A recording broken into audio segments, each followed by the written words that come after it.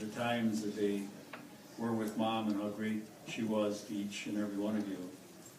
You know, as children, and I told some people this, you know, Mom probably loved each of you better than us. She didn't have it. She had a lot of love in her, and she did spend a lot of time with everybody, and it was great. And that was her strength, besides her good wisdom that she passed on to us from time to time. So I'm going to invite our daughter Jenny to talk on behalf, say something on behalf of the grandchildren. She's their representative, and cousin Jeff, I think, is going to say a few words. He's never lost for words. He gets to say these all the time at funerals. And if others want to say a word or two, we have a few minutes for that. So Jenny, why don't you come up? You can talk for us.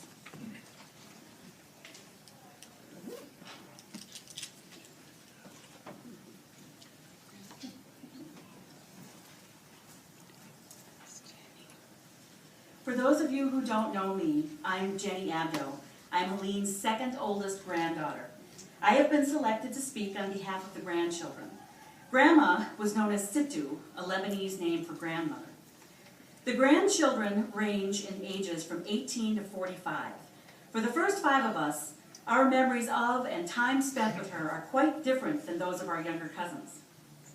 When the oldest of us was born, Situ was 46 years old, and she and Grandpa had 3 of their 7 children living at home.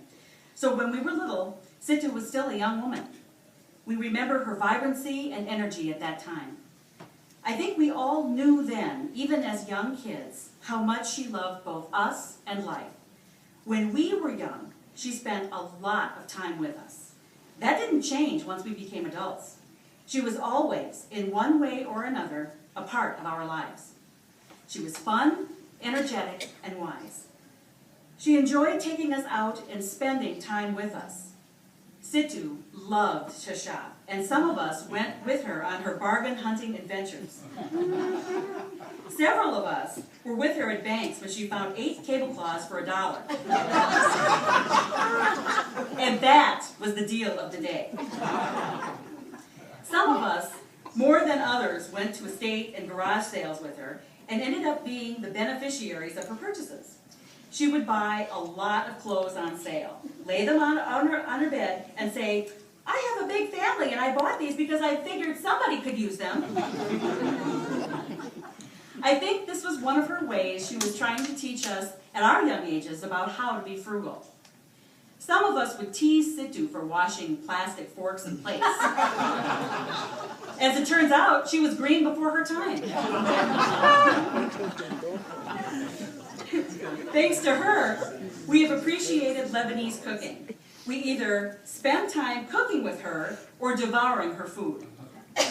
She would come over and pull vegetables from our garden, or would dodge traffic on 35W to pull over and pick 10 or 12 grape leaves off the tree. And then she would end up using them to make a batch of grape leaves and freeze them first, and then pull them out for us to eat at a later date. When anyone stopped by, she always made us feel special and loved. She greeted us with a hug and an offer of food. It was always as if she were saying, "Oh, honey, oh, I love you, have some more food." As the time passed and we went through our teenage years and entered adulthood, Situ listened to all of our problems. She was a very nurturing person. I remember when I had moved from Washburn to Orono High School, I was very unhappy with the transition. She gave me her full attention and her sympathetic ear. I was comforted by her words. As the years passed, many of us sought her out for advice and guidance with our various issues and problems. She wasn't one to make assumptions about us or anyone else's reality by the questions she would ask.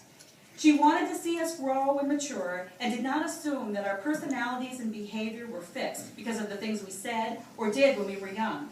She didn't put us in a box. As we grew, she supported us in any way she could.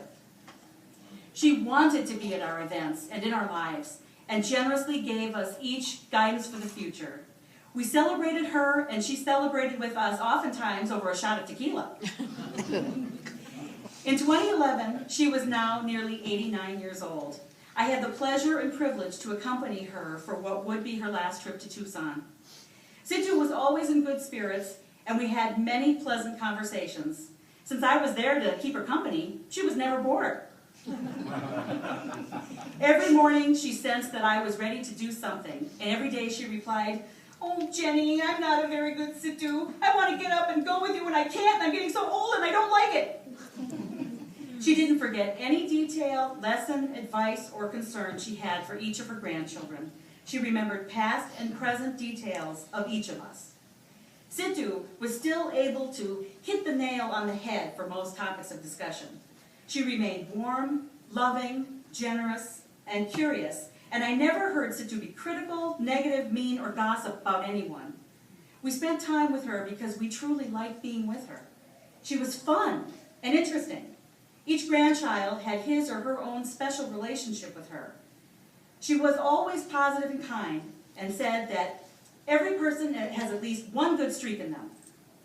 She was an anchor in our lives and present for so many years. We can't believe that she is no longer with us. Situ, we all love you and will miss you. We will make you proud. We know you will always be with us, and we will live our lives as if every day is a gift. I've been able to spend a lot of time with Auntie Helen because she would come down and spend the winters there at their house.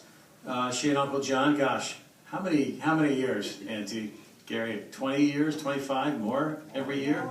More. So we although didn't live in Minnesota, we felt like she was really a very close part of our fabric down in Tucson. And since Uncle John passed, even more so, my little family, my wife Deborah and my daughter Lana, got extremely close to Auntie, and she was, very special to my girls. I've always been very appreciative of that, and my wife's pretty broken up right now. She had to stay in Arizona with our daughter, but she was a very close friend with Auntie Helen. They share a lot of attributes, smart, tough ladies that are all about love and nurturing, but make sure you toe the line kind of thing. Auntie Helen, I don't know if everybody knows this, but my father, Dan Jacob, Jimmy, as he was known to a lot of people that have known him for many years, it's the brother of Helen. They grew up with 8 kids in Tucson, Arizona, very humble beginnings. 10 people lived in a 2-bedroom house. Very tight-knit family. Auntie Marlene, who's sitting behind my dad, also from the same family. These are the last of the Mohicans right here, Auntie Mara and my dad. And amazing stories. If you have a chance to listen to anyone, any one of these stories, you ought to do it. But Helen married a dashing officer named John Abdo, and left Arizona to come up to Minnesota a long, long time ago. And what happened after that is my dad went to visit her and ended up meeting her niece and marrying her. So we have a very, very convoluted, relationship. I'm actually related twice to my Abdo cousins. So Bob's my first cousin and my first cousin once removed on both sides of the family. It is legal.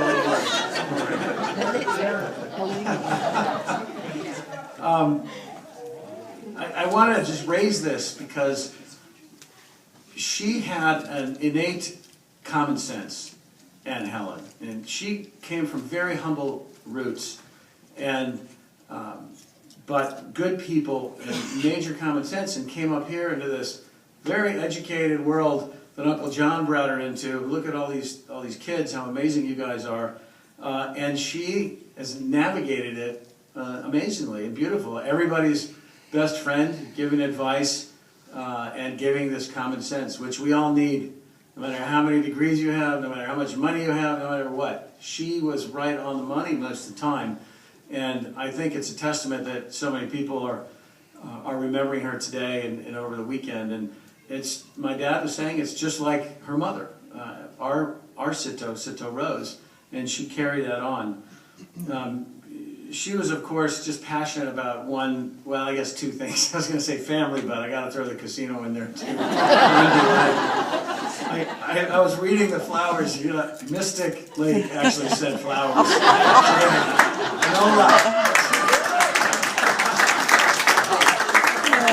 That's funny. It's amazing. It's amazing. She was a great historian for us. I mean, she knew a lot of stories and a lot of the relations that, you know, both sides of the family went back, and I really am going to miss that. Every year we got a little tidbit of insight into where we came from and this person and that person, and it's great, you know, having that. Me in particular, and I know a lot of us in Arizona, we've had to live with that auntie for the last couple of years because she's been too sick and frail to travel over the last couple of years, and that's been very hard for us. But on the positive side, we've had to, you know, kind of shift into a different gear of having a much stronger sort of spiritual relationship with her and feeling her presence and talking to her. I mean, not always on the phone, but just talking to her, just walking around.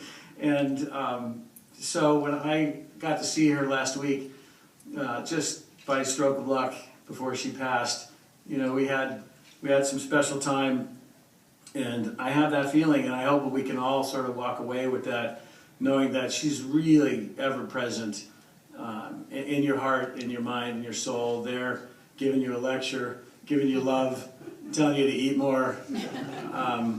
You know, there won't be anyone taking the food off my plate anymore. So I'm going to try to make that my calling.